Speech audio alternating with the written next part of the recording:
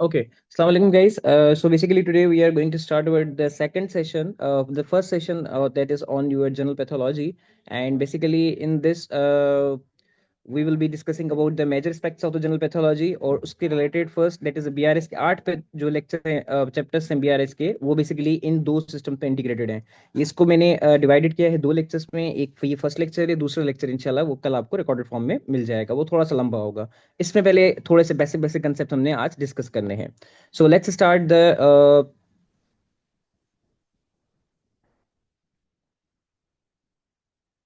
Challenge. So first is it is basically the just let me know am I audible to all of you, आवाज सबको clear है?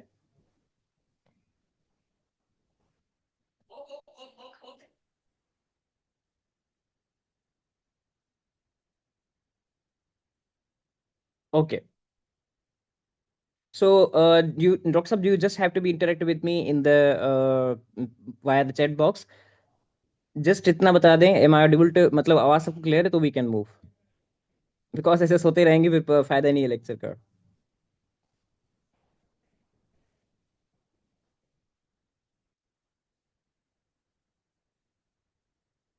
Chat box में सिर्फ yes और no लिख दें बस।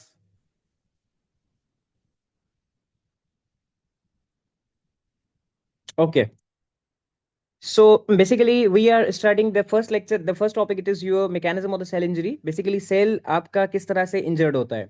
अब देखिए इन सारे टॉपिक्स को मैंने एक दफा एक ही जगह पे इंटीग्रेटेड किए हैं and step by step just आपको कंसेप्ट समझना है कि what I am trying to say. First is that के what is the mechanism of the cell injury. There are the various mechanism of cell injury written in the various books, but अगर आप उसको थोड़ा सा easy करेंगे तो all mechanisms they are going to injure the cell they are divided into the four. Via you can injure the cell via hypoxia, you can injure the cell via calcium, you can injure the cell via the damaging the mitochondria, and you can injure the cell via the free radicals। We will all discuss these steps one by one and related their concepts and clinicals and along with your BCQs that have come in your exam। यहाँ तक clear है?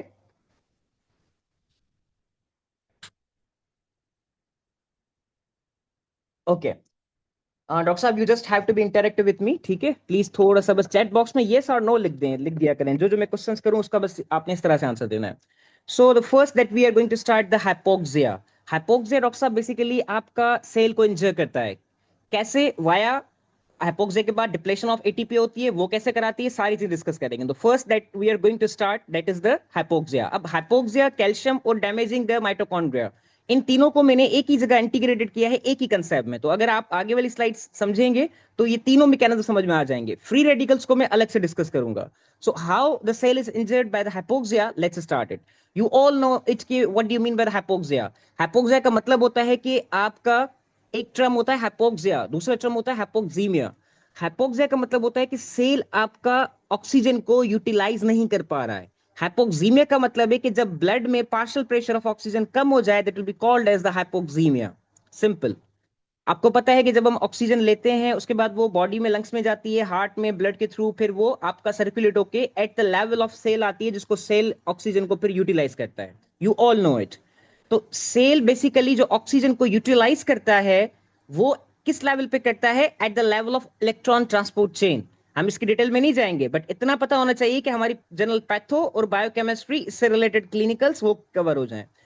Electron transport chain मतलब क्या? कि electron transport chain इस oxygen को utilise करेगा और ऑक्सीजन को यूटिलाइज करके क्या बनाएगा? एटीपी बनाएगा। यू ऑल नो इट कि एटीपी एनर्जी का खजाना होता है। एटीपी के जरिए आप बेसिकली सेल के सारे फंक्शंस परफॉर्म कराते हैं। So oxygen is taken up by the cell, utilized by the cell at the level of the electron transport chain and produces the ultimately ATP, and ATP then it is used by the cells in the variety of the functions। यहां पे clear हो गया doctor साहब? Everyone is clear up to here?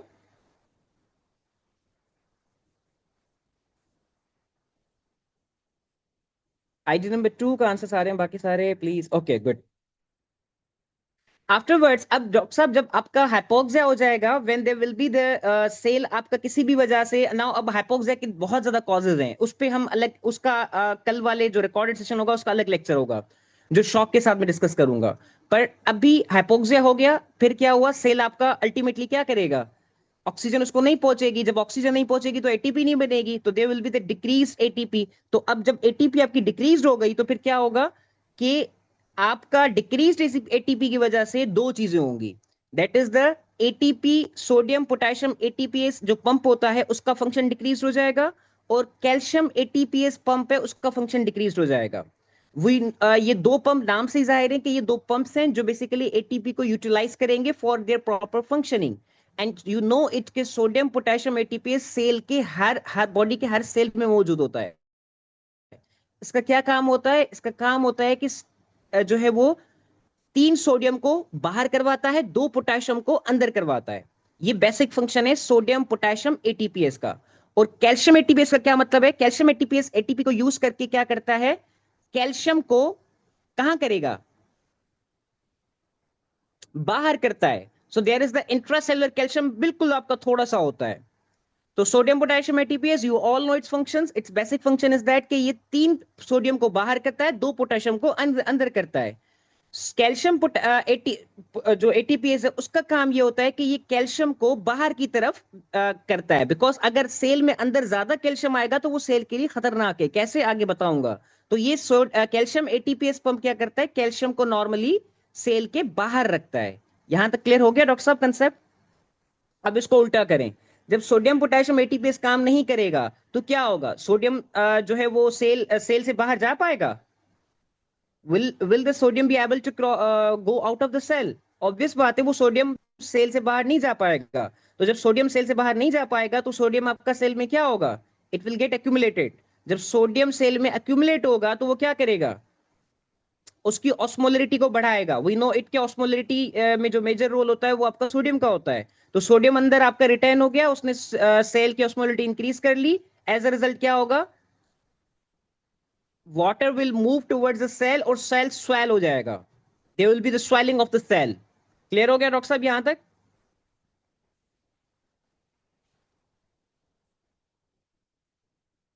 Okay. तो one of the आगे मैं बताऊंगा कि one of the morphological features of the cell injury will be the cell swelling. तो सेल स्वेलिंग कहती हुई कैसे होती है पता चल गया। अब दूसरा जो आपका पंप है वो है आपका, that is the calcium ATPase. Calcium ATPase basically जब आपका काम नहीं करेगा तो क्या होगा? कैल्शियम सेल से बाहर नहीं जाएगा। तो जब कैल्शियम सेल से बाहर नहीं जाएगा तो वो क्या होगा? सेल के अंदर आपका रिटेन करेगा। So when the calcium will not be pumped out of the cytosol of the cell, there will be accumulation of the calcium inside the cell. और जब आपका कैल्शियम सेल के अंदर इनसाइड एक्यूमुलेट होगा वो क्या करवाएगा? वो डिग्रेडेटिव एंजाइम्स को एक्टिवेट करवाएगा। और डिग्रेडेटिव एंजाइम कौन कौन से होंगे? Protease and endonuclease. नाम से जाहिर है, प्रोटीएस क्या करेगा? जो सेल की प्रोटीन है उसको डिग्रेड करेगा, उसको तोड़ना शुरू करेगा। एंडोन्यूक्लियस नाम से ही जाहिर है, ये क्या करेगा? जो न्यूक्लियर मटेरियल है, जो न्यूक्लियस का मटेरियल है उसको क्या करेगा? तोड़ना शुरू करेगा। क्लियर हो गया?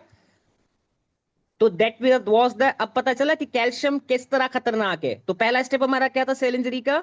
Via the hypoxia leading to ATP depletion. Second step मैंने क्या बताया था? Via the calcium. कैल्शियम कैसे कर रहा है ये आपको पता चल गया।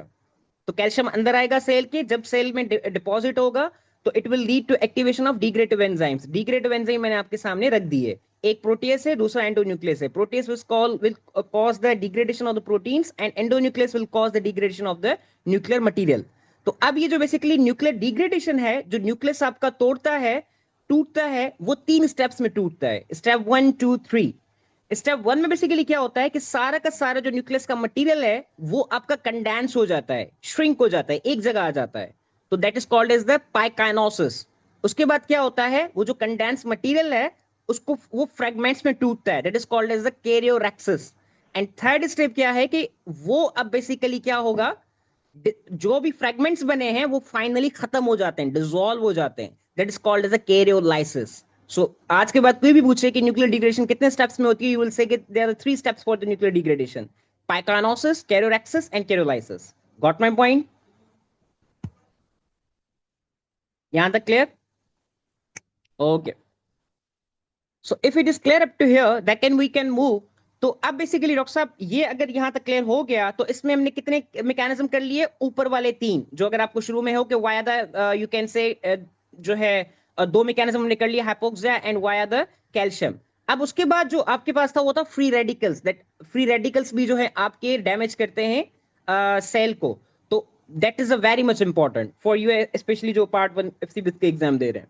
तो फ्री रेडिकल्स क्या है, अगर मैं इसको थोड़ा सा डिफाइन करूं तो free radicals basically they are nothing but they are the molecules. ये इस तरह के मॉलिक्यूल्स हैं जिनके ऑर्बिट में, आउटर ऑर्बिट में एक अनपेयर्ड इलेक्ट्रॉन मौजूद होता है।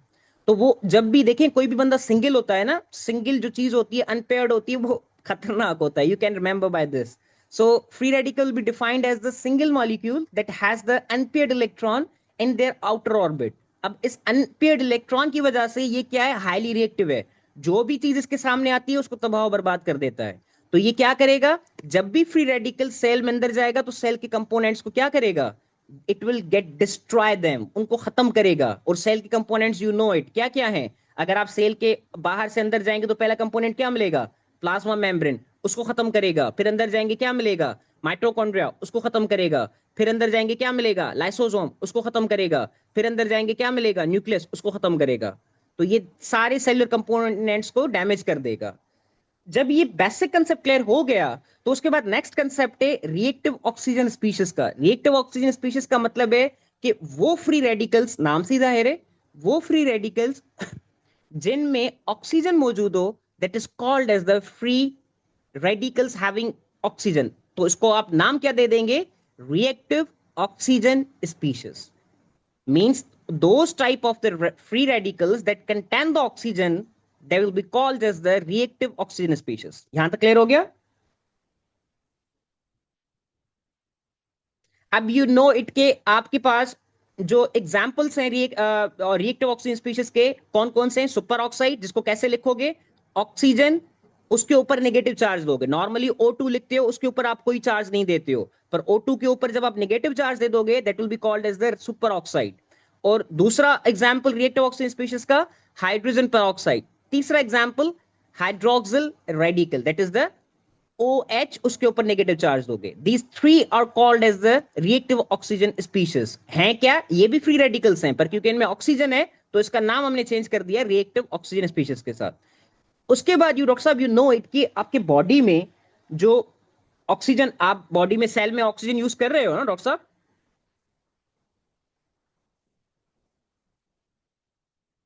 तो बॉडी में बेसिकली ऑक्सीजन यूज हो रही है। तो एज अ रिजल्ट क्या होता है कि आपके कुछ कुछ रिएक्शंस ऐसे होते हैं जिसमें ये रेडिकल्स बन जाते हैं, फ्री रेडिकल्स बन जाते हैं, बिकॉज हमारे बॉडी में हर सेल ऑक्सीजन यूटिलाइज कर रहा है। तो बाज़ औक़ात होता क्या है कि ऑक्सीजन को यूटिलाइज करते करते ये फ्री रेडिकल्स बन जाते हैं, पर नॉर्मल बंदे में वो फ्री रेडिकल्स एलिमिनेट हो जाते हैं। कैसे, आगे बताता हूं।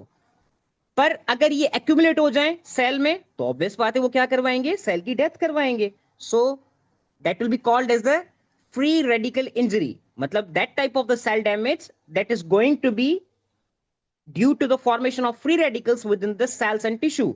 नॉर्मली आपके पास सेल में free radicals reactive oxygen species बनते हैं, पर वो फॉरन एलिमिनेट हो जाते हैं, थोड़ी क्वांटिटी में बनते हैं। कैसे बनते हैं सारा आगे समझाऊंगा। अभी के लिए सिर्फ इतना याद रखें कि वो बनते हैं और फॉरन एलिमिनेट हो जाते हैं बिकॉज नॉर्मल बंदा है। पर अगर वो एक्यूमुलेट हो जाए तो वो क्या करेंगे, सेल को डैमेज करेंगे। पहले प्लाज्मा मेम्ब्रेन को डैमेज करेंगे, देन माइटोकॉन्ड्रिया को डैमेज करेंगे, देन आपके न्यूक्लियस को डैमेज करेंगे, देन लाइसोसोम को डैमेज करेंगे। एज अ रिजल्ट पूरा का पूरा सेल खत्म हो जाएगा आपका। उसके बाद अब नेक्स्ट सवाल आएगा कि डॉक्टर आकाश, ओके आप कह रहे हैं कि ठीक है, पर ये बॉडी में जनरेट कैसे होंगे। As I already told you, by the oxygen reduction reactions. मतलब सेल के अंदर जो ऑक्सीजन यूज हो रही है, कहां पे यूज हो रही है, इलेक्ट्रॉन ट्रांसपोर्ट चेन में, वहां पे बनेंगे नॉर्मली। पर वो फिर क्या होगा, खत्म हो जाएंगे। तो एक कॉज क्या हो गया, by the oxygen reduction reactions at the level of electron transport chain in the cell. दूसरा क्या हुआ, रेडिएशंस। आप कोई भी रेडिएशन दे रहे हो, अल्ट्रावायलेट है, एक्सरेस है, उसके उसके नतीजे में मौजूद फ्री रेडिकल्स प्रोड्यूस हो सकते हैं। दैट्स व्हाई वी से कि डॉक्टर साहब एक्सरे में कर रहे हैं, प्लीज अपनी किट तो पहने। तब तब एक्सरे वाले टेक्नीशियंस को हम कहते हैं ना बाजू का, तो भाई अपनी किट तो पहना करो। That's due to this. दूसरा, तीसरा कॉज क्या हो सकता है, मेटाबॉलिज्म ऑफ द ड्रग्स। चौथा, ट्रांजिशन मेटल्स। एंड पांचवा, रेस्पिरेटरी बर्स्ट। ये पांचों वन बाय वन में डिस्कस करूंगा, हर किसी पे बीसीक्यू आ चुका है। क्लियर हो गया डॉक्टर साहब, यहां तक कोई क्वेरी कोई क्वेश्चन हो तो पूछें, वरना फिर मैं आगे चलूं। Please be quick.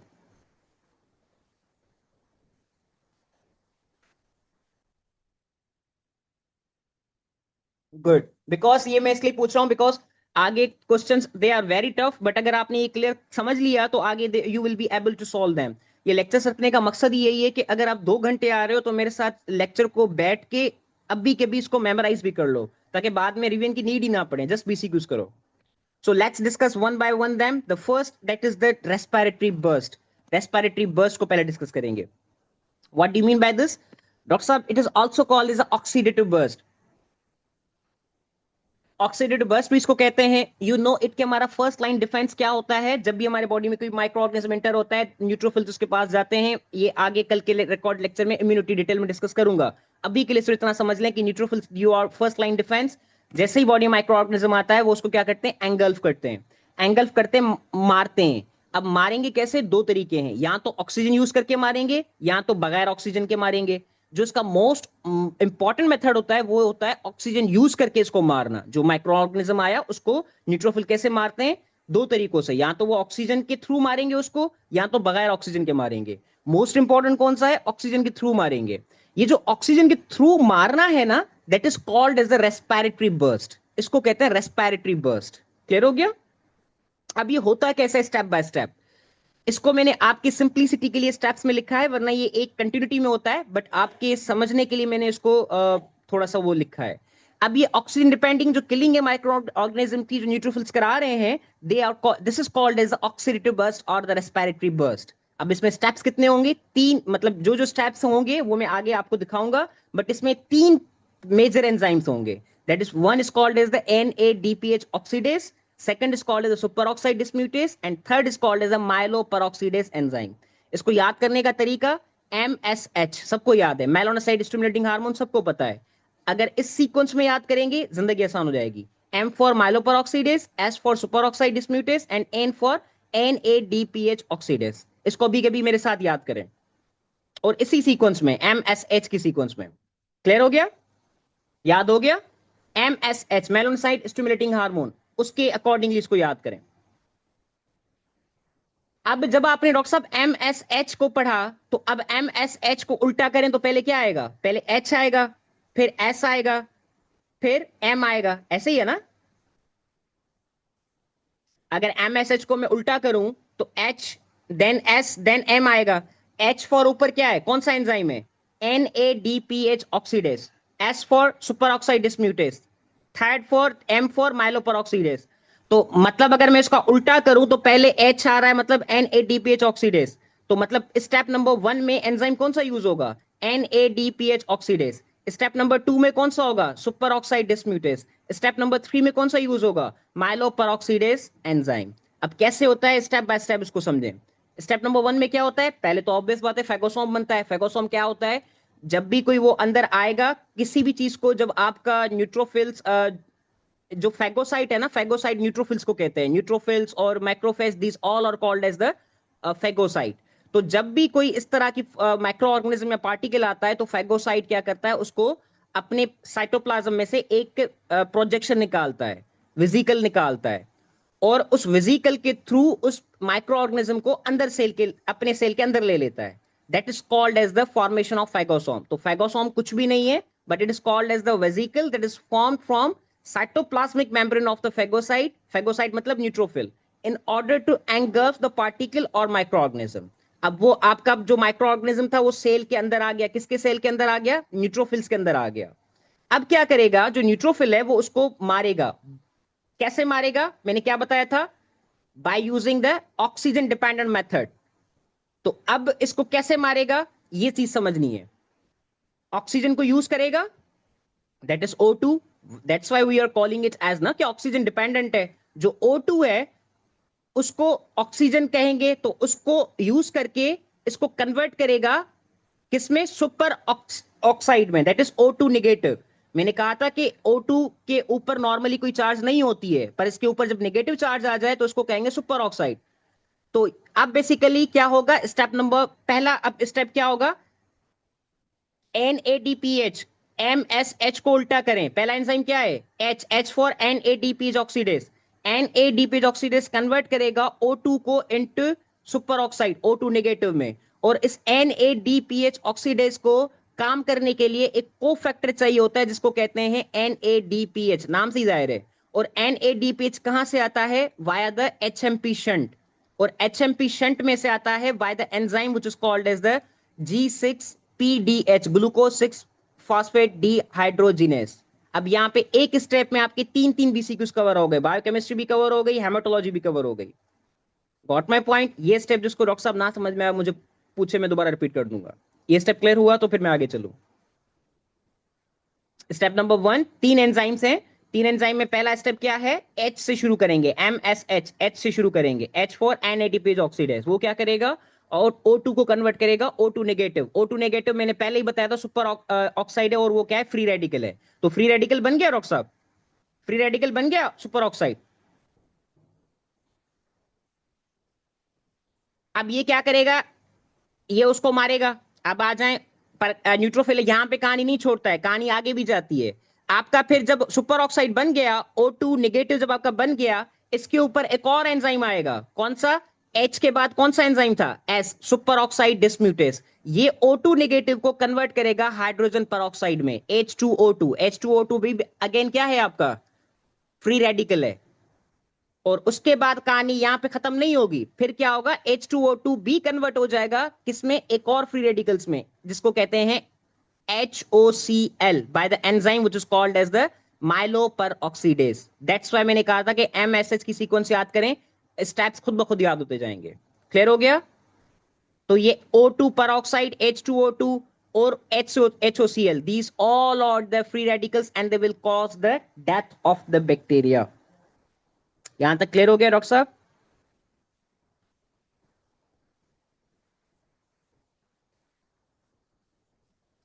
Is it clear all? Okay doctor साहब, अब यहां पे जब ये चीज क्लियर हो गई तो let's discuss about the main concept, जो इसके साथ रिलेटेड चीज हैं वो अब डिस्कस करते हैं, जो क्लिनिकल्स हैं।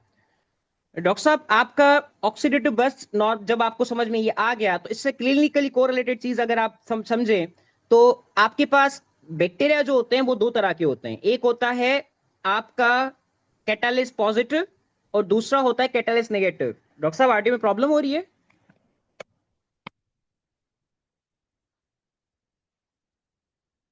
बाकी लोगों को भी ऑडियो में प्रॉब्लम हो रही है? ओके डॉक्टर साहब, मेरे ख्याल में आपके पास सिग्नल का मसला होगा, बिकॉज बाकी सब तो कह रहे हैं क्लियर है। Okay, so I am saying कि आपके पास जो अब इससे रेस्पिरेटरी बर्स्ट जब समझ में आ गया, तो इससे रिलेटेड चीजें क्लिनिकल जो हैं उसको समझना है हमने। बेसिकली आई सेड कि जो respiratory burst it is essential for to kill the microorganism. अब स्टार्ट कहां से हुआ था? NADPH ऑक्सीडेज से, जो हमने MSH की सीक्वेंस याद की है। तो अब अगर NADPH कोई ऐसी कंडीशन हो जाए जिसमें ये एंजाइम ही ना मिले, तो आगे ये स्टेप होगा क्या रेस्पिरेटरी बर्स्ट का डॉक्टर साहब?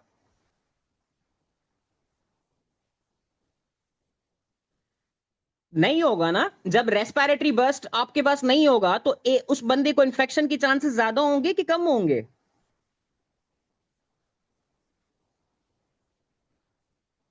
ज्यादा होंगे। तो इस डिजीज को कहते हैं क्रॉनिक ग्रेन्युलोमेटस डिजीजेस। आपके बीआरएस पे तो में ये डिजीज लिखी हुई है कि क्रॉनिक ग्रेन्युलोमेटस डिजीज क्या है? वो डिजीज है जिसमें NADPH ऑक्सीडेज एंजाइम एब्सेंट होता है। तो क्रॉनिक ग्रेन्युलोमेटस डिजीज के patient they are at the peak of the recurrent infections. अब कैसे मैकेनिज्म समझ में आ गया, आगे इसको और एक्सप्लेन करता हूं मैं। अब बेसिकली डॉक्टर साहब, एक दो बैक्टीरियाज के टाइप होते हैं। एक होता है आपका, यू कैन से कि कैटलिस पॉजिटिव, दूसरा होता है कैटलिस नेगेटिव।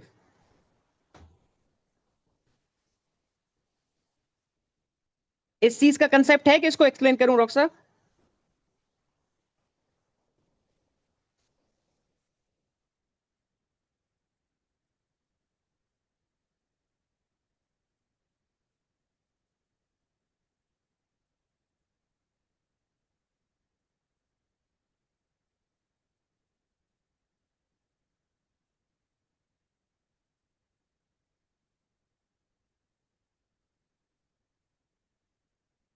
अच्छा चले, मैं एक्सप्लेन कर देता हूँ, चुप है तो मतलब नहीं पता। अच्छा देखिए डॉक्टर साहब, कैटलिस एंड बैक्टीरिया को डिवाइड करने के बहुत ज्यादा तरीके हैं। उसमें से एक तरीका ये है कि इसको कैटलिस पॉजिटिव और कैटलिस नेगेटिव में हम डिवाइड करते हैं।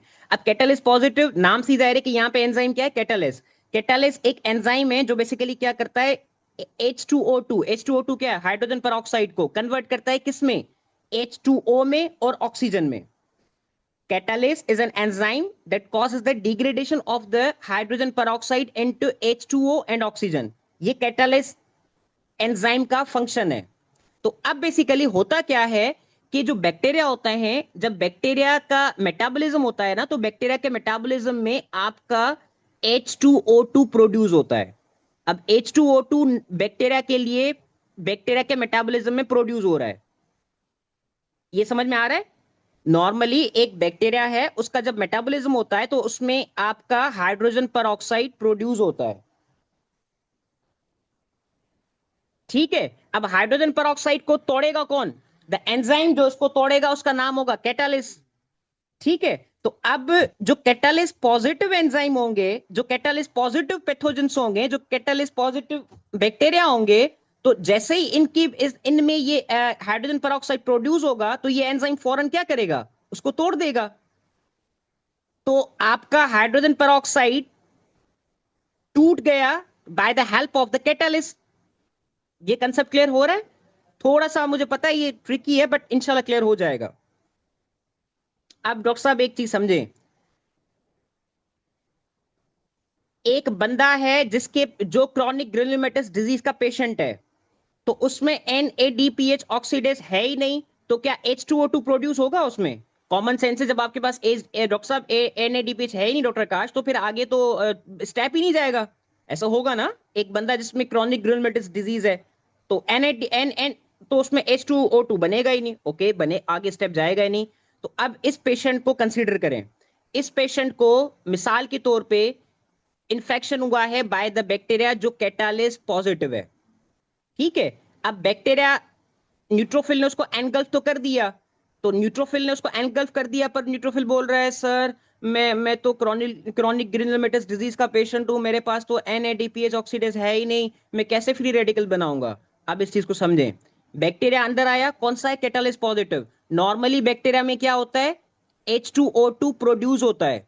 H2O2 प्रोड्यूस होता है, और जब अगर वहां पे कैटालिस एंजाइम बैक्टीरिया के पास मौजूद है तो उसको कहेंगे कैटालिस पॉजिटिव माइक्रो बैक्टीरिया। वो उस कैटालिस जो प्रोड्यूस होगा उस बैक्टीरिया में, वो उसको क्या करेगा? H2O2 को फौरन तोड़ देगा।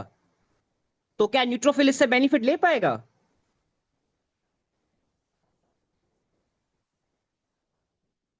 नॉर्मली हर बैक्टीरिया के मेटाबॉलिज्म में H2O2 प्रोड्यूस होता है।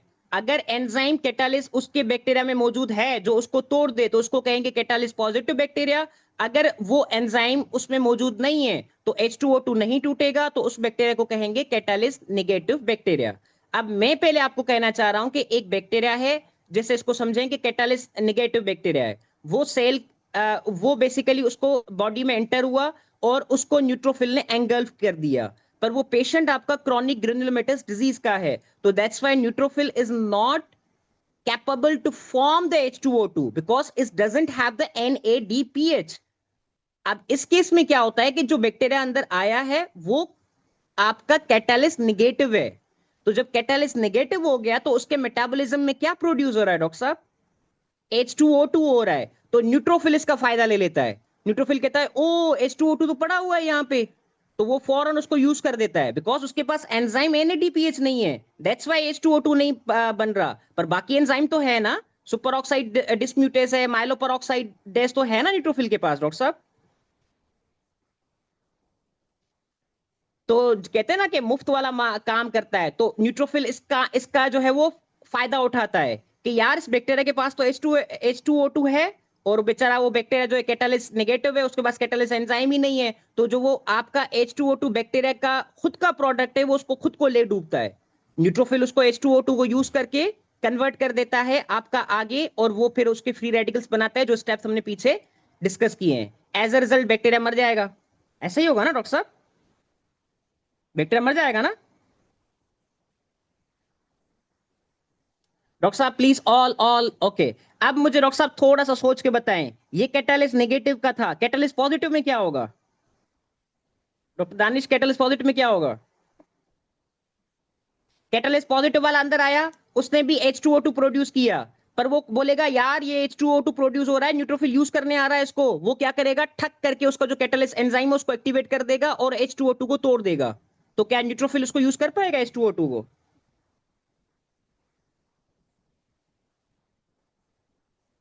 नहीं कर पाएगा यूज। तो डॉक्टर साहब, क्रॉनिक ग्रेनुलोमेटस डिजीज वाले पेशेंट में इन्फेक्शन कौन से कॉमन होंगे, कैटालिस पॉजिटिव के या कैटालिस निगेटिव के?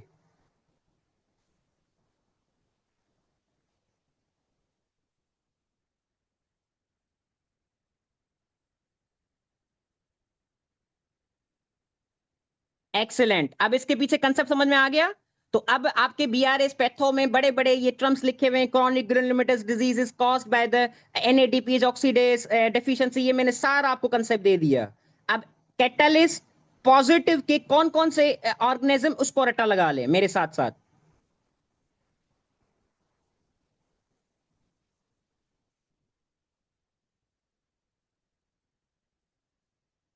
मेरे साथ साथ डॉक्टर साहब रट्टा लगाएंगे।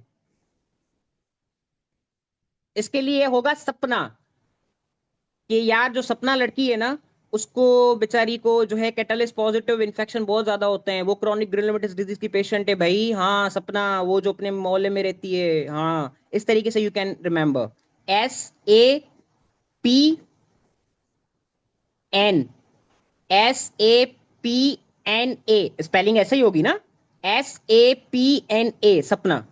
अब S for staphylococcus aureus, A for aspergillosis, P for pseudomonas, then again N for nocardia, and then A for aspergillosis. I am again repeating, सपना के नाम से आप याद कर सकते हो, इसको मेरे साथ साथ याद करना है। S for staphylococcus aureus, A for aspergillosis, P for pseudomonas, N for nocardia, and A for again aspergillosis. तो आज के बाद अगर कोई पूछे कि क्रॉनिक ग्रेनुलोमेटस डिजीज में 5 ऑर्गेनिज्म बताएं जो हर क्रॉनिक ग्रेनुलोमेटस डिजीज में इंफेक्शन कॉज कराएंगे, तो वो आपने ये 5 बताने। क्लियर हो गया? कुछ बीसीक्यू प्रैक्टिस करवाऊं? बीसीक्यू प्रैक्टिस करवाऊं यहां तक? Now I want your all response doctor साहब प्लीज। ठीक है, सुकून से क्वेश्चन पढ़ना है और उसको मेरे साथ साथ सॉल्व करना है। जी।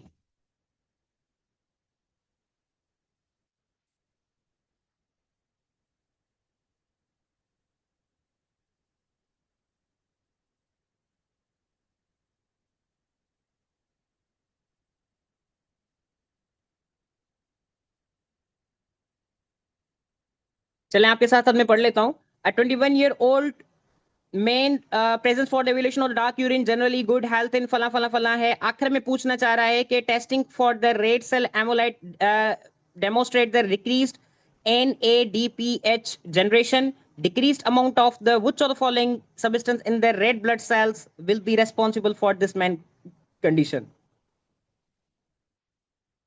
यहाँ चले, ये क्वेश्चन मैं बाद में आपको करवाऊंगा, ये थोड़ा सा आगे मैं एक्सप्लेन करूंगा, पहले ये वाला सॉल्व करें, क्वेश्चन नंबर 2, सॉरी पहले ये करें। A 15-year-old girl is evaluated for the recent candidiasis valginosis, known case है आपकी टाइप 1 डायबिटीज की, डायग्नोस हुई थी 8 इयर्स की एज में। Over the past 8 years she had the 4 candidiasis infections हुए हैं जो ट्रीट हुए फेल्कोनाजोल। जनरल एनालिसिस ने शो किया है कि इसको माइलोपेरोक्सीडेज डेफिशिएंसी है। Neutrophils of in this child are unable to produce normal quantity of which of the following. अब अगर स्टेप्स उस टाइम पे आपने याद कर लिए होंगे तो ये तो आपके लिए आसान है, इसीलिए मैंने कहा था मेरे साथ साथ याद करते जाएं। MSH वाला उसको उल्टा करें, स्टेप खुद ब खुद याद हो जाएगा। I want everyone to get it correct please.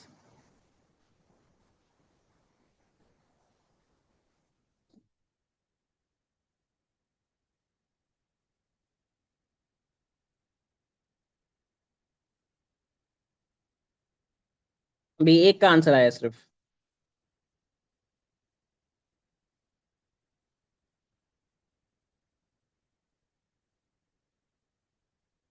देखिए, माइलोपेरोक्सीडेज की डेफिशिएंसी है। तो माइलोपेरोक्सीडेज, डॉक्टर साहब जब आपका, डॉक्टर साहब क्वेश्चन समझे ना, क्वेश्चन पूछना क्या चाह रहा है? माइलोपेरोक्सीडेज उल्टा जाए ना, जब माइलोपेरोक्सीडेज नहीं होगा, पहले पहले क्या था, NADPH ऑक्सीडेज, वो ऑक्सीजन को कन्वर्ट कर रहा था ऑक्सीजन पर ऑक्साइड में, मतलब O2 नेगेटिव में, जिसको सुपर ऑक्साइड कह रहे हैं। तो ए होगा क्या?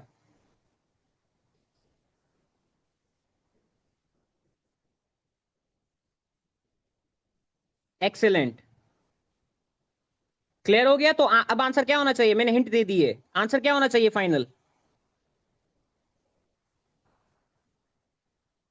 क्वेश्चन कह रहा है कि न्यूट्रोफिल इस बच्चे में नॉर्मल क्वांटिटी किस चीज की प्रोड्यूस नहीं कर पाएंगे। माइलोपेरोक्सीडेज एंजाइम आपका H2O2 के ऊपर आके एक्ट करता है और उसको तोड़ता है, ऐसा ही था।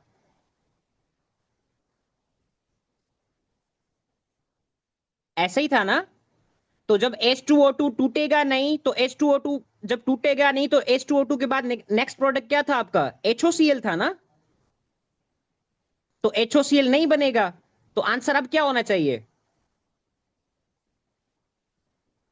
Excellent, so answer is C. समझ में आ गया डॉक्टर साहब, MSH को उल्टा करें बस, सिंपल।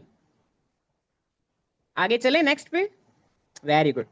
उसके बाद नेक्स्ट क्वेश्चन है 72 year old women develops a fever and chills, chest X-ray show right lobe infiltrate, sputum culture grows, the lancet shaped gram negative cocci. She's started on therapy with levofloxacin. Her symptoms persist and bronchoalveolar lavage was done. Perform analysis shows neutrophilia and bacteria. Which of the following enzyme initiate the bacterial killing in these neutrophils? जी doctor साहब, it's very easy. अब ये तो 2 minute में बताना चाहिए आपको।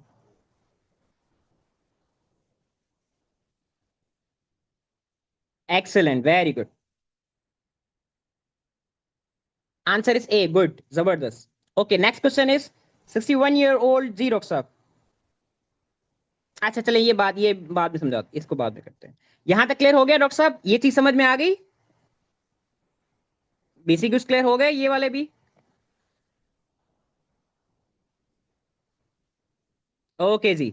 सो उसके बाद डॉक्टर साहब you have the basically next, अब इससे रिलेटेड चीज जो है दैट इज फ्री रेडिकल। तो अब ये बन गए न्यूट्रोफिल्स वगैरह, ये सारे फ्री रेडिकल्स बना रहे हैं। अब इसको डॉक्टर साहब आपने बॉडी से निकालना भी तो है ना। बॉडी में आपके फ्री रेडिकल्स बन गए, बॉडी में से अब आपने फ्री रेडिकल्स को निकालना भी है। तो बॉडी से फ्री रेडिकल्स निकलेंगे कैसे, जाहिर सी बात है, कैसे निकलेंगे। एंटीऑक्सीडेंट का नाम सुना है डॉक्टर साहब।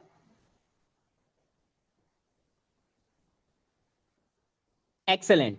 So these will be removed by the antioxidants. अब बेसिकली ये क्या कंसेप्ट है, ये क्या बला है, इस चीज को समझना है। सो फ्री रेडिकल्स न्यूट्रोफिल ने उसको खत्म कर लिया।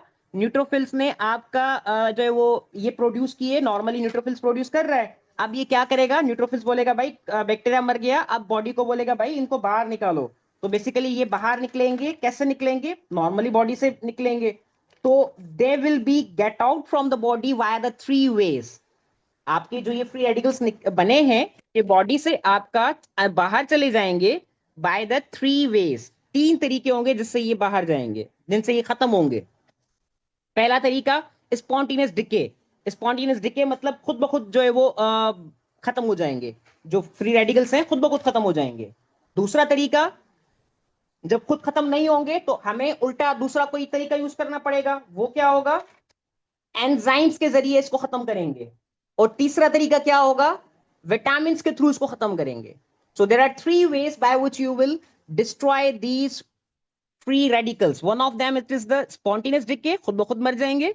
दूसरा enzymatic degradation of the free radicals, and third is vitamin degradation of the free radicals. Now question rises here, what are the enzymes that will cause the degradation of these free radicals? उसको याद करने का mnemonic है GCS। Ward में हर जगह पे GCS कर check करते हो ना। स्टेप बाय स्टेप डॉक्टर साहब मैं सारे समझाऊंगा, अभी सिर्फ मेरे साथ साथ जो है ना आपने समझ के याद करना है, क्योंकि ये थोड़ा सा रट्टे वाला टॉपिक है। तो इसलिए मैं जितना इसको इजी कर सकता था मैंने किया है। BRS पैथो आप यकीन करें, ओपन करें, बहुत ज्यादा टफ लिखी हुई है। तो अब एंजाइम डिग्रेडेशन कैसे होगी, बाय द उसको कौन से एंजाइम होंगे जो फ्री रेडिकल्स को डिग्रेड करेंगे, उसको याद करने का निमोनिक है GCS। GCS वार्ड में GCS यूज देखते हो ना।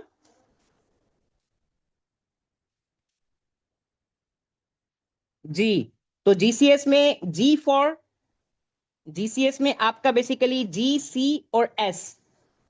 G फॉर ग्लूटाथियोन पर ऑक्सीडेज, ग्लूटाथोन पर ऑक्सीडेज। C फॉर ग्लूटाथोन पर ऑक्सीडेज पूरा है ये, and C for catalase, C for catalase, and S for superoxide dismutase. Superoxide dismutase. G for glutathione peroxidase, C for catalase, and S for superoxide dismutase. इसमें पहला पहला क्या आ रहा है डॉक्टर साहब? ग्लूटाथोन peroxidase. ये बॉडी में मोस्ट पोटेंट एंटीऑक्सीडेंट होता है. ये पार्ट 1 में क्वेश्चन आ चुका है. Which one of the following is the most potent antioxidant? Antioxidant क्या? वो जो फ्री रेडिकल्स को खत्म करे उसको बोलेंगे एंटीऑक्सीडेंट. और उसमें जो मोस्ट पोटेंट है वो कौन सा है? ग्लूटाथोन peroxidase. क्लियर हो गया डॉक्टर साहब यहां तक?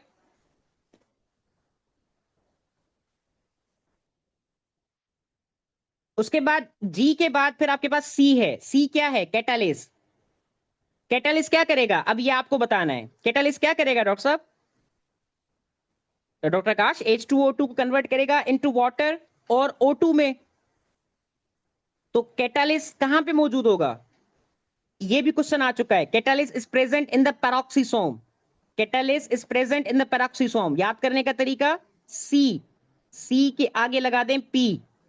जीसीएस है ना, जीसीएस लिखें, उसके ऊपर उसके नीचे स्मॉल लेटर्स में सी के नीचे लिख दें पी. मतलब catalyst is present in the peroxisome. ये भी पार्ट 1 में पूछा गया है.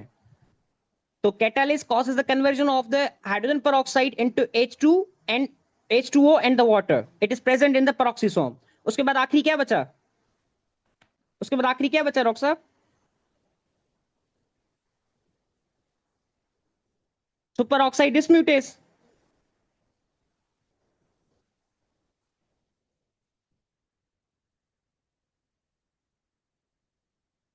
सुपर ऑक्साइड डिस्म्यूटेस का मैंने काम बताया था. क्या था डॉक्टर साहब सुपर ऑक्साइड डिस्म्यूटेस का काम?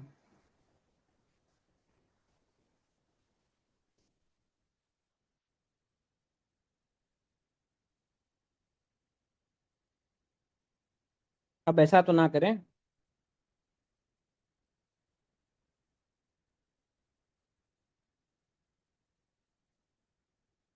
एमएसएस का याद किया था ना, रेस्पिरेटरी बस पे नॉर्मली भी काम करा रहा था वहां पे. Very good.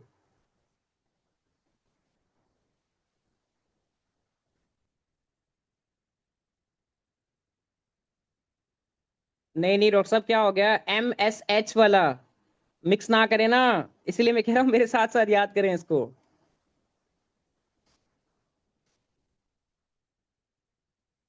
हाँ. O2 जो आपका निगेटिव था जिसको आपने सुपर ऑक्साइड बोला, उसको कन्वर्ट करेगा H2O2 में.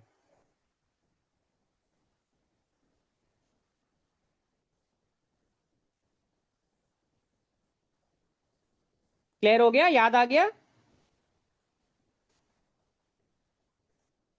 Very good. सो आपका catalase was present in the peroxisome. C के नीचे लिखा आपने P. अब आ जाए GCS, S for super oxide dismutase. इसके नीचे लिखेंगे M. तो आपने टर्म क्या लिखा, निमोनिक क्या लिखा? GCS. और C के नीचे लिखा P. और छोटी लेटर्स में C के नीचे लिखा आपने P. और S सुपर ऑक्साइड डिस्म्यूटेस, इसके नीचे आपने छोटे लफ्जों में लिखा M. तो super oxide dismutase is present in the mitochondria. Clear हो गया? तो सर आपने कैटालिस की लोकेशन बता दी, सुपर ऑक्साइड डिस्म्यूटेस की बता दी. What about the glutathione? तो glutathione is present in the cytoplasm.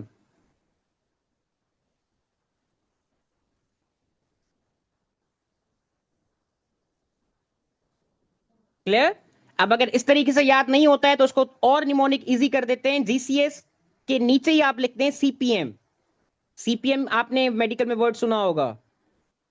Doctor साहब सीपीएम जो हम कहते हैं ना कि हमारे सीपीएम ऑर्स कितने होते हैं, यार इसके सीपीएम ऑर्स इतने हैं. तो सीपीएम जीसीएस लिख के उसी सीक्वेंस में नीचे लिखें सीपीएम. तो अब आप बताएं ग्लूटाथोन किससे मौजूद होगा? जी के नीचे क्या आ रहा है? सी. मतलब साइटोप्लाज्म में. पी फॉर जी के बाद, जी के बाद क्या आ रहा है? सी. कैटालिस. कैटालिस के नीचे क्या लिखा हुआ है? P. That is the peroxisome. CPM. M for mitochondria. तो माइटोकॉन्ड्रिया के ऊपर एम के ऊपर क्या लिखा हुआ है? S. That is the super oxide dismutase. तो जीसीएस लिख के जी के नीचे लिखें सी. और सी कैटलिस्ट के नीचे आप लिखेंगे पी. और सुपर ऑक्साइड डिस्म्यूटेस एस के नीचे लिखेंगे आप एम. क्लियर हो गया? सीपीएम. इस तरीके से आप याद कर सकते हैं. याद हो गया?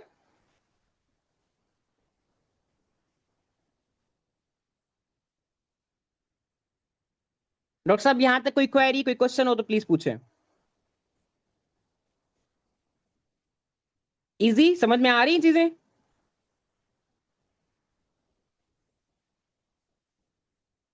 Very good. हाँ जी बिल्कुल। डॉक्टर साहब अब मुझे ये बताएं, देखिए जहां जहां रट्टा होगा ना मैं खुद ही उसको आपको निमोनिक्स के थ्रू इंशाल्लाह लगवाऊंगा, पर बस शर्त ये कि आपने उसको बस मेरे साथ साथ याद करना है। अच्छा डॉक्टर साहब, अब इसका आपने जब ये चीज समझ ली कि ग्लूटाथॉन ये इसमें मोस्ट पोटेंट, डॉक्टर काश आपने एंजाइम बताया कि दैट इज अ ग्लूटाथॉन पेरोक्सीडेज। तो ग्लूटाथॉन पेरोक्सीडेज हमने ये भी पढ़ लिया कि ये मौजूद होता है साइटोप्लाज्म ऑफ द सेल में। तो ग्लूटाथॉन पेरोक्सीडेज, ओके। तो ग्लूटाथॉन आपका जो पेरोक्सीडेज है, इसका अब जीसीएस किसमें पूछ रहे हैं डॉक्टर साहब?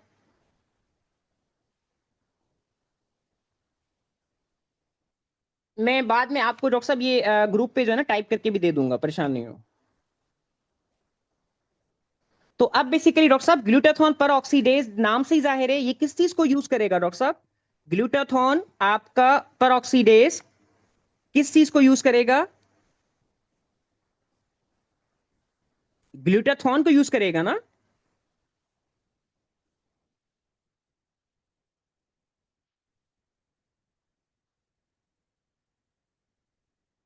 Very good. अब बेसिकली डॉक्टर साहब ग्लूटाथॉन क्या है? यू ऑल नो इट, क्या आप क्या ग्लूटाथॉन?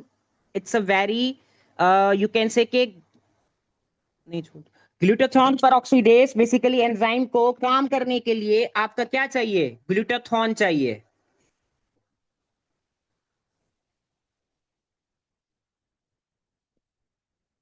ऐसे ही है ना, नाम से दायरे, अगर मैं इसको यूज करवाना चाहूं तो इसके इससे काम लेना चाहूं तो मुझे इसको क्या देना पड़ेगा? ग्लूटाथॉन देना पड़ेगा।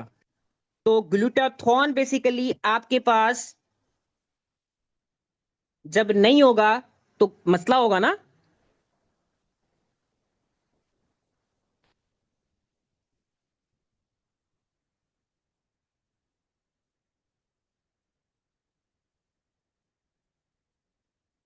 तो ऐसी डिजीज बताएं जिसमें कोई याद आ रहा है आपका ये ग्लूटाथॉन आपका ना हो।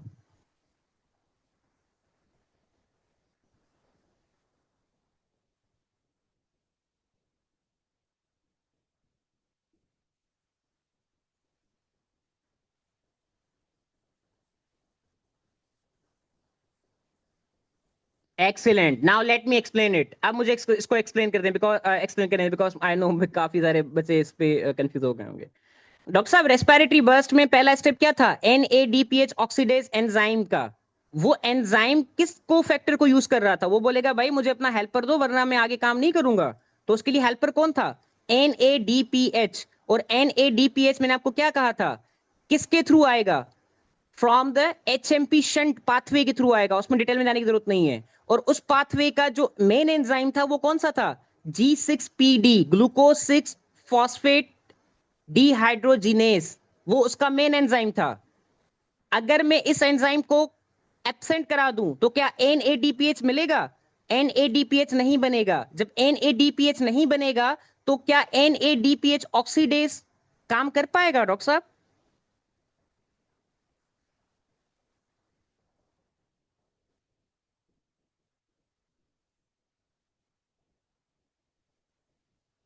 Excellent.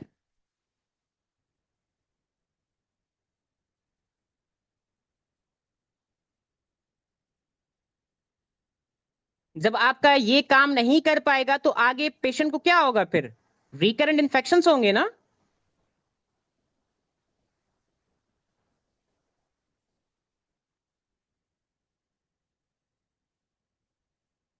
Excellent.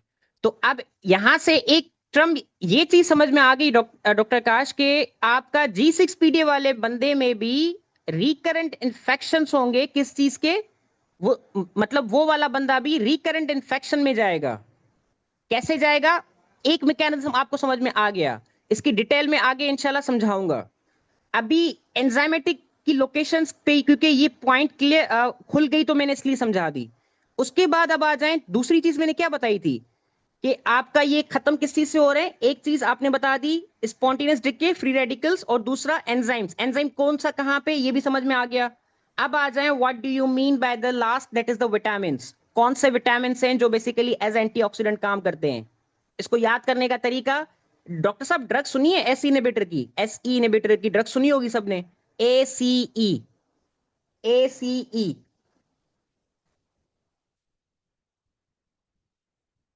Very good.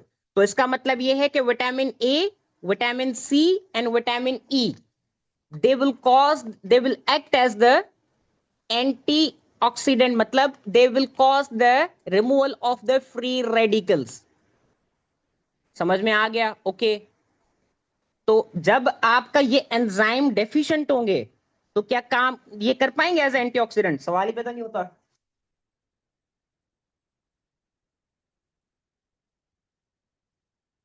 Very good. अब इसी पे डॉक्टर साहब सीपीएसपी आपको थोड़ा सा और घुमाता है। घुमाता किस सेंस में? ये तो सबको पता होता है कि तीन विटामिन जो हैं उसकी डेफिशिएंसी कॉज करा देगी एज द मतलब जो है वो एंटीऑक्सीडेंट बनता, फ्री रेडिकल्स में बनते जाएंगे। व्हाट अबाउट द कोई और विटामिन?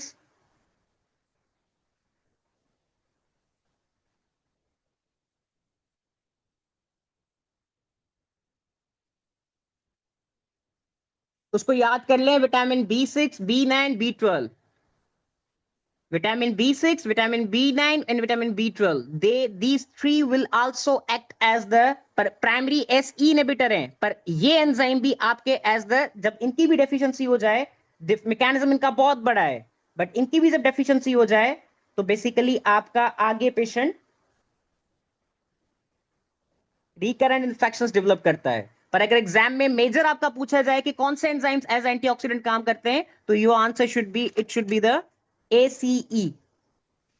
डॉक्टर साहब vitamin B6, B9 and B12, तीन तीन का डिफरेंस याद करें। B6 में 3 ऐड करें 9 हो जाएंगे, 9 में 3 ऐड करें 12 हो जाएंगे। इस तरीके से याद करें।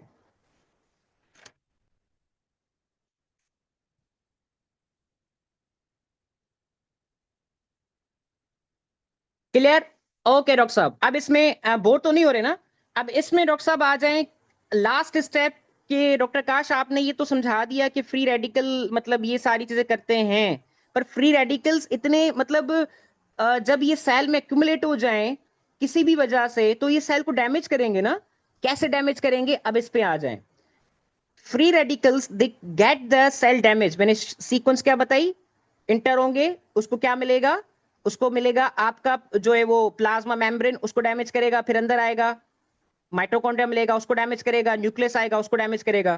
तो पहले इसको क्या मिल रहा है, स्टोरी बाय स्टोरी इसको याद करें। पहले क्या मिलेगा डॉक्टर साहब? फ्री रेडिकल बन गया। अब जो भी इसके आगे सेल्स हैं उसको खत्म करना शुरू करेगा। सेल में एंटर होना चाह रहा है फ्री रेडिकल, पहले क्या मिलेगा? मेरे साथ साथ याद करें डॉक्टर साहब, वरना नहीं समझ में आएगा। Very good. Membrane first, you all know it. Plasma membrane किस चीज की बनी होती है? फास्फोलिपिड्स की बनी हुई होती है। ऐसे ही है ना? I can say you all know, doctor Akash पता है हमें कि प्लाज्मा जो है मेम्ब्रेन वो फास्फोलिपिड्स की बनी हुई होती है। डॉक्टर साहब जब फास्फोलिपिड्स बनी हुई है तो इसका मतलब है कि इसमें क्या है? लिपिड्स हैं। तो अब बेसिकली ये आएगा, पहला इसका शिकार प्लाज्मा मेम्ब्रेन है, इसको आके खत्म करेगा। कैसे खत्म करेगा? बाय द मैकेनिज्म्स, उसको समझना है। हमने फिर आगे स्ट्रक्चर्स पे गए, हमें पता चला कि इसमें तो फास्फोलिपिड्स हैं, तो फास्फोलिपिड्स में जो आपके उसके बॉन्ड्स हैं इसको ये खत्म करना शुरू करेगा। इसके जो बॉन्ड्स हैं ये खत्म करना शुरू करेगा। जब इसके बॉन्ड्स डॉक्टर साहब खत्म हो जाएंगे तो इसको क्या कहेंगे?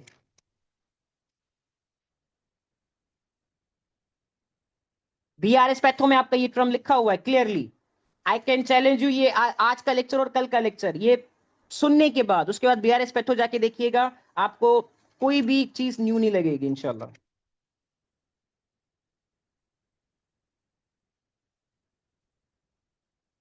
बेसिकली जो आपके फ्री रेडिकल्स हैं वो उसके फास्फोलिपिड्स, जो उसमें लिपिड्स हैं उसमें जो बॉन्ड्स हैं उनको तोड़ेंगे। जब उनके बॉन्ड टूट जाएंगे तो इसको हम कहेंगे पर ऑक्सीडेशन ऑफ लिपिड्स। पर ऑक्सीडेशन ऑफ लिपिड, पर ऑक्सीडेशन मतलब जो उसमें बॉन्ड्स है उसको उसने तोड़ दिया। डॉक्टर साहब जब आपकी प्लाज्मा मेम्ब्रेन बनी हुई फास्फोलिपिड्स की थी, लिपिड टूट गए तो मेन स्ट्रक्चर तो टूट गया, तो आपका प्लाज्मा मेम्ब्रेन खत्म हो गया। Got my point? इस स्टेप को कहते हैं peroxidation of the lipids. And what do you mean by peroxidation? That is damaging the double bond between the lipids is called as a peroxidation of the lipids. Clear हो गया doctor साहब, यहां तक बात समझ में आ गई? Okay जी। अच्छा जी, अब आ जाएं स्टोरी बाय स्टोरी, आगे चलें। समझ में आ रही है चीजें डॉक्टर साहब? मुझे जस्ट ट्रूली बताएं, चीज याद हो रही है, समझ में आ रहा है? ओके। अब डॉक्टर साहब ये फ्री रेडिकल अंदर आ गया, अंदर आके इसमें इसको दूसरा स्ट्रक्चर मिला, से फॉर एग्जांपल दूसरा स्ट्रक्चर क्या मिला? माइटोकॉन्ड्रिया मिला ना। माइटोकॉन्ड्रिया पे आया, अब माइटोकॉन्ड्रिया को क्या करेगा?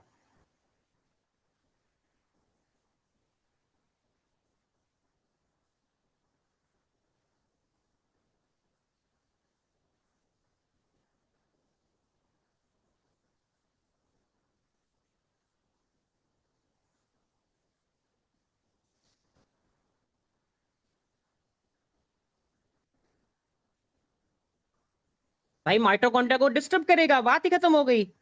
माइटोकॉन्ड्रिया को डिस्टर्ब करेगा तो फिर क्या होगा? एटीपी बनेगा। Mitochondria are the powerhouse of the cell. Mitochondria जब आपका डैमेज हो गया, तो माइटोकॉन्ड्रिया जब डैमेज हो गया तो आपका एटीपी नहीं बनेगा। जब आपका एटीपी नहीं बनेगा तो फिर जो सारे स्टेप्स हमने शुरू में डिस्कस किए वो होंगे। क्लियर हो गया? माइटोकॉन्ड्रिया के आगे आ गया। अब क्या मिलेगा इसको? अब इसको मिलेगा बेसिकली न्यूक्लियस। तो न्यूक्लियस में आपका जो मटेरियल पड़ा हुआ है उसको भी तोड़ेगा, और न्यूक्लियर क्या करेगा? डिग्रेडेशन हो जाएगी, न्यूक्लियर को खत्म करेगा। 3 स्टेप्स होंगे, वो पहले ही समझा दिए थे। उसके बाद उसको क्या मिलेगा? लाइसोसोम। आपको पता है कि lysosome it's called as the, उसमें एंजाइम्स होते हैं जो बेसिकली क्या करते हैं डॉक्टर साहब? लाइसिस कराते हैं ना। तो लाइसोसोम को भी अंदर करेगा। जब लाइसोसोम के एंजाइम्स उसके बाहर आ जाएंगे तो क्या होगी? सेल की लाइसिस होगी, और एज अ रिजल्ट आपका पूरा का पूरा सेल ही खत्म हो जाएगा। क्लियर?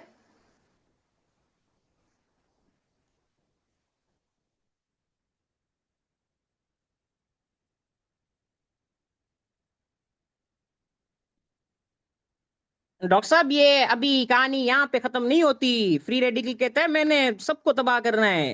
इसके बाद 4 स्ट्रक्चर्स को तबाह करने के बाद ये एक और चीज करता है, बहुत सारी चीजें करता है, बट आपके एग्जाम के लिए जस्ट ये चीज समझ में आनी चाहिए।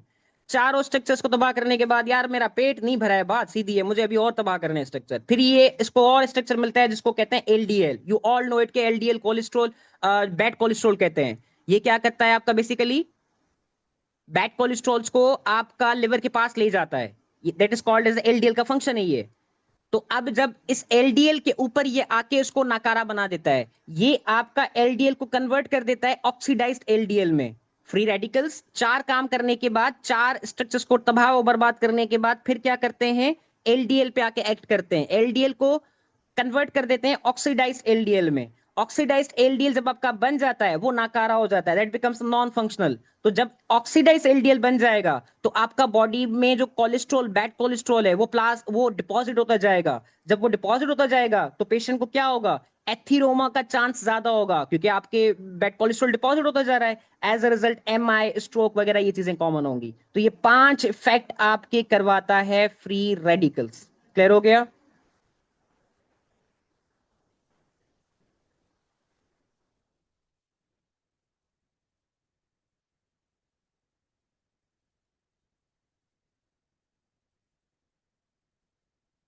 गुड हो गया। सो नाउ डॉक्टर साहब, अब मैं आपसे क्वेश्चंस करूंगा इन जस्ट वन लाइन, जो आपके अभी तक के आ चुके हैं questions.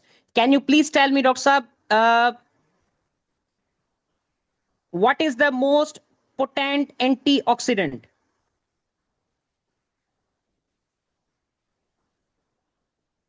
Excellent. Okay, next question. Which one is the of the following act as the established antioxidant? Vitamin K, vitamin D, vitamin E, vitamin B6, vitamin B. Which one of the following act as the established antioxidant? Vitamin K, vitamin D, vitamin E, vitamin B6, vitamin B. Excellent. Vitamin E. Why not B6? No doubt, Dr. Akash, आपने B6, B9, B12 का बताया है, but that comes after the ACE. Clear हो गया? ये भी question आ चुका है आपका।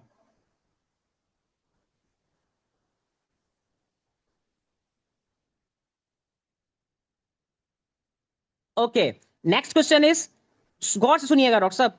Free radicals are mainly neutralised by, free radicals are mainly neutralised by option A vitamin K, option B vitamin D, option T 3 vitamin E, option D transferrin, option E corticosteroid. Free radicals are mainly neutralized by option A vitamin K, option B vitamin E, option C vitamin D, option D transferrin, and option E corticosteroids. जी doctor साहब.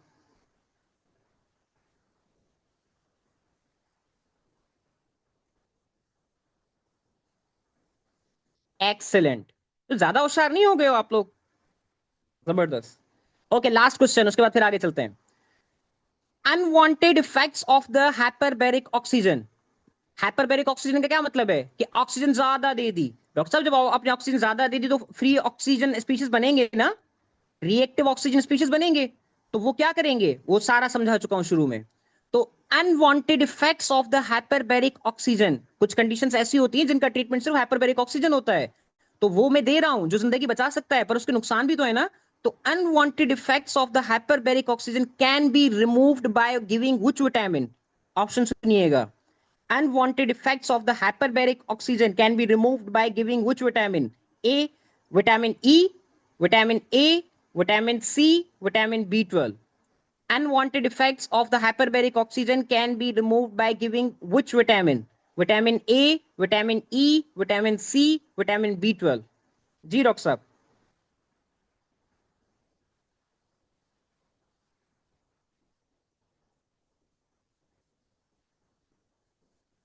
Doctor आकाश, इसमें तो सारे आ गए, ए C ई सब आ गए, confuse हो गए. इसीलिए तो दिया है डॉक्टर साहब. जब ए सी ई तीनों आ जाएं और हाइपरबेरिक ऑक्सीजन का पूछा जाए तो क्या होगा. Answer should be vitamin C. याद कर लें, जब भी हाइपरबेरिक ऑक्सीजन या ओवरऑल ए सी ई तीनों दिए जाएं और उसमें से एक पूछा जाए, तो और in the relation to the hyperbaric oxygen पूछा जाए, क्योंकि ये नहीं पूछेगा कि विटामिन ए सी ई में से कौन सा पोटेंट. नहीं, पोटेंट तो ओवरऑल आपका जो है वो ग्लूटाथॉन है. पर अगर ए सी ई तीनों दे तो उसमें कोई ना कोई कंडीशन स्टेब्लिश करेगा. और अगर उनमें कंडीशन स्टेब्लिश करता है कि यार मुझे हाइपरबेरिक ऑक्सीजन के जो है वो इफेक्ट खत्म करने हैं, तो in relation to the hyperbaric अगर ए सी ई विटामिन दे रहा है तो उसमें से you will select the vitamin C. ये भी क्वेश्चन आपका आ चुका है. क्लियर हो गया डॉक्टर साहब, आगे चलें.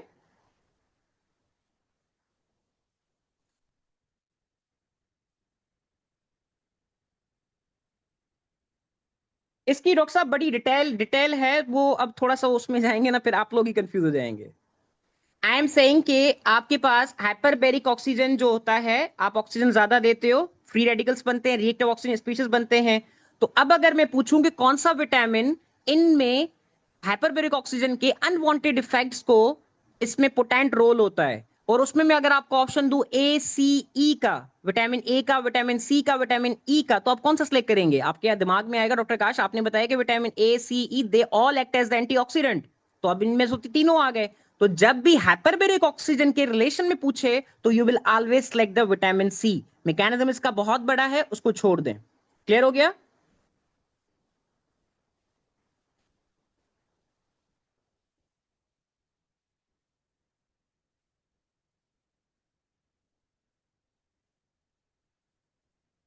चलें जी. उसके बाद डॉक्टर साहब अब लास्ट इसमें जो चीज है, हमने कितने डिस्कस किए डॉक्टर साहब. Free radicals they were going to be produced by the radiations, they were going to be produced by the respiratory burst. ये सारे समझ लिए थे. उसके अलावा डॉक्टर साहब और भी लिखवाए थे मैंने आपको, मेटल्स लिखवाए थे.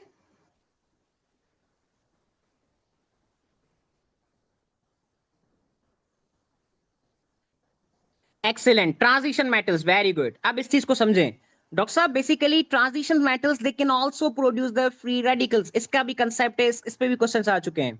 बेसिकली डॉक्टर साहब मैंने आपको क्या बताया कि H2O2 जो बनता है,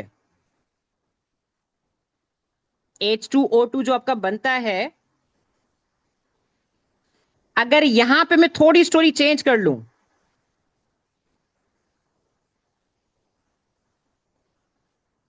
H2O2 क्योंकि आपका एक यू कैन से के मेन सेंट्रल लाइन है जिसके जिसके आगे बहुत सारे रास्ते जा रहे हैं. अगर इसके ऊपर कैटलिस आ रहा है तो अलग चीज हो रही है, कुछ और आ रहा है तो अलग चीज हो रही है.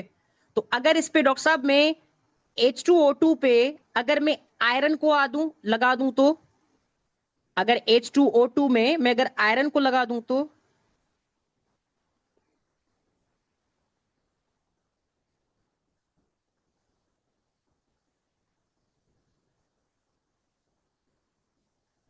आपके सामने लिखा हुआ है डॉक्टर साहब।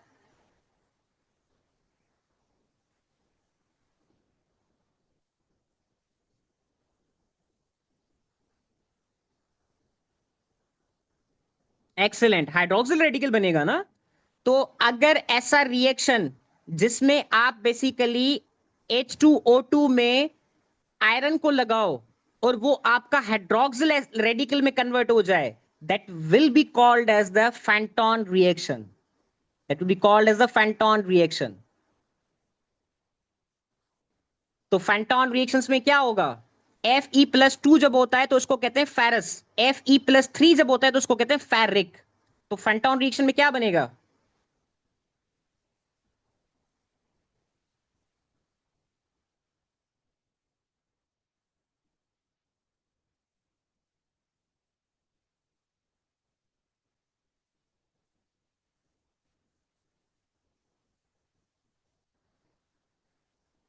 एक्सेलेंट, फेरिक से आपका कन्वर्ट हो, फेरस से कन्वर्ट हो जाएगा फेरिक में।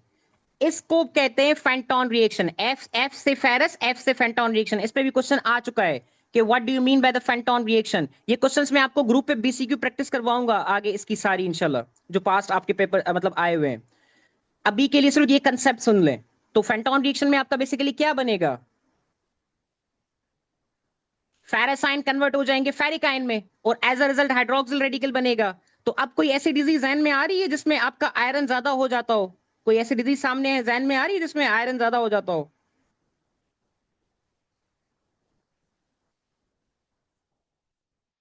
एक्सेलेंट डॉक्टर साहब।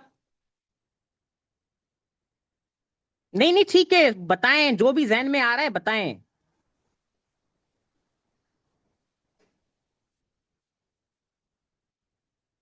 Excellent, very good. हीमोक्रोमेटोसिस ऐसे ही है ना कि जिसमें आयरन ज्यादा हो जाता है। तो डॉक्टर साहब जब हीमोक्रोमेटोसिस में आयरन ज्यादा होगा, तो आयरन ज्यादा होगा तो ये H2O2 को तो कंबाइन करके ये तो नुकसान कर देगा। ये तो हाइड्रोक्सिल आपका रेडिकल बना देगा। तो कुदरत ने इसको क्या किया है, इसको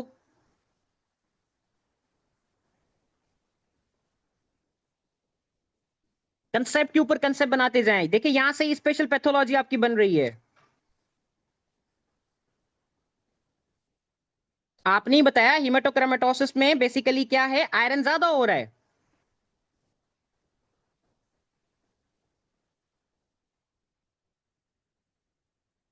हेमोक्रोमेटोसिस में आयरन जब आपका ज्यादा होगा, तो ऑब्वियस बात है वो Fe+2 कन्वर्ट कर जाएगा फेरिक में via the Fenton reactions, hydroxyl radical बनेंगे। तो कुदरत ने क्या किया है, फिर इसके पीछे आपको ऑब्वियस बात है, अगर मैं ये जो आयरन है Fe+2 इसको मैं कुछ स्टोर कर दूं तो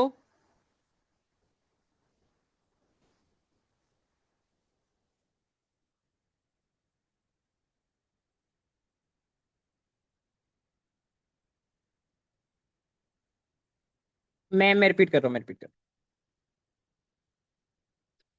हूं। आई एम सेइंग कि आपके पास जो आयरन है वो Fe+2 है, ऐसा ही है ना। कोई ऐसी डिजीज मैंने पूछी कि जिसमें आयरन बढ़ जाए, तो वो आपने क्या बताई, हीमोक्रोमेटोसिस। तो हीमोक्रोमेटोसिस में जब आपका आयरन बढ़ जाएगा तो ये तो और ज्यादा नुकसान करेगा, क्योंकि वो फेंटॉन रिएक्शन के थ्रू हाइड्रोक्सिल रेडिकल बनाएगा, वो तो खत्म करते जाएंगे सेल को। तो एज अ रिजल्ट मैं क्या करूं कि आपका इसको स्टोर कर दूं, जो ये आपकी आयरन ज्यादा हो रही है डिपॉजिट हो जाए।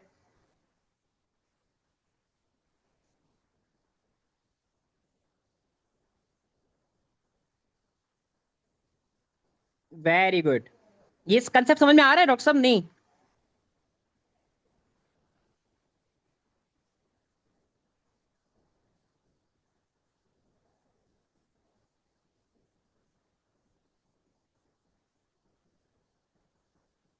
अच्छा चलें ठीक है, कोई मसला नहीं, कोई मसला नहीं, छोड़ दें, बी रिलैक्स, बी रिलैक्स। सिर्फ इतना याद कर लें कि अगर कोई ऐसी डिजीज होगी जिसमें आपका ये आयरन जो है वो बढ़ जाएगा, तो that will be called as the haemochromatosis. तो हीमोक्रोमेटोसिस में चांसेस होंगे फ्री रेडिकल्स रेडिकल्स बनने के। इतना तो समझ में आ गया ना? ठीक है, सही है। बस इतना ही याद कर लें, काफी है। आगे मैं इंशाल्लाह और इसको क्लियर करता जाऊंगा। उसके बाद अब आगे आ जाए नेक्स्ट कंसेप्ट पे, इससे रिलेटेड नेक्स्ट कंसेप्ट, देन फिर इसको कंक्लूड करते हैं।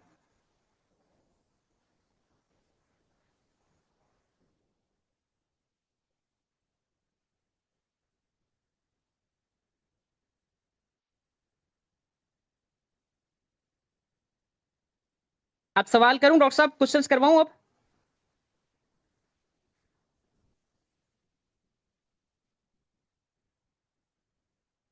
ओके।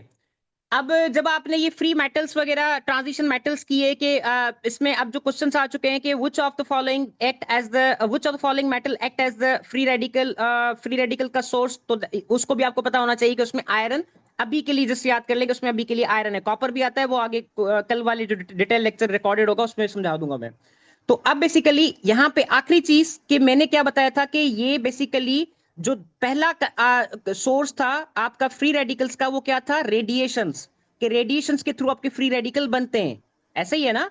तो फ्री रेडिकल जब बनते हैं तो वो आपका सेल्स को डिस्ट्रॉय करते हैं बाय प्लाज्मा मेम्ब्रेन। ये सारा मैकेनिज्म मैं आपको बता चुका हूं।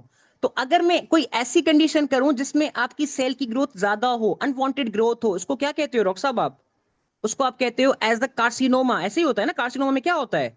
ग्रोथ सेल्स की अनवांटेड ग्रोथ सेल्स होती है। तो मतलब मैं कैंसर में अगर ये रेडिएशन थेरेपी यूज करूं, तो रेडिएशन थेरेपी कैसे होगा?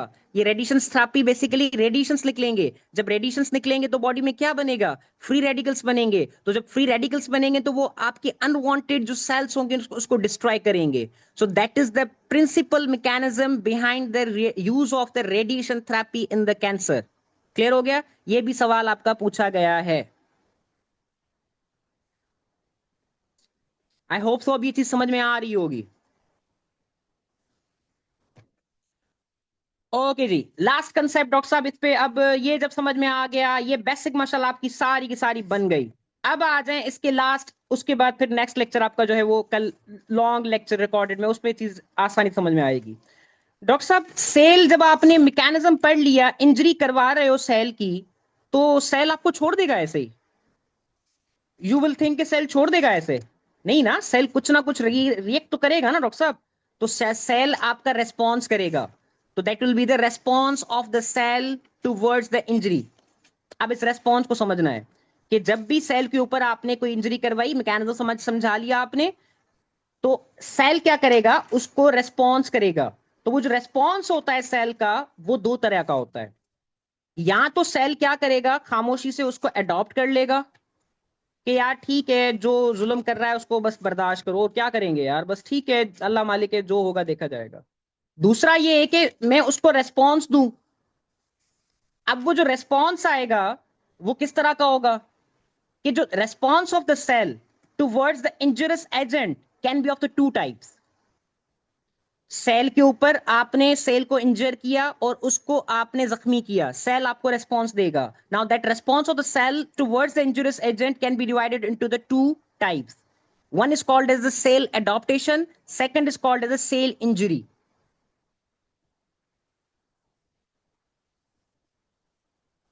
One is called as the cell adaptation and second is called as a cell injury.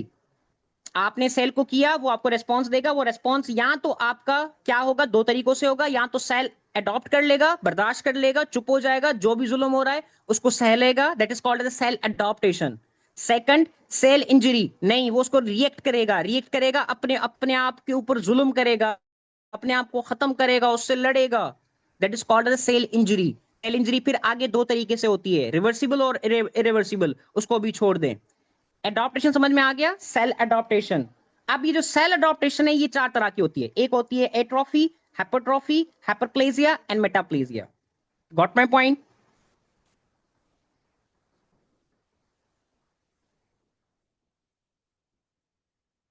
Very good. So cell adaptation will be of the four types: atrophy, hypertrophy, hyperplasia, and metaplasia. Atrophy means जब cell की size,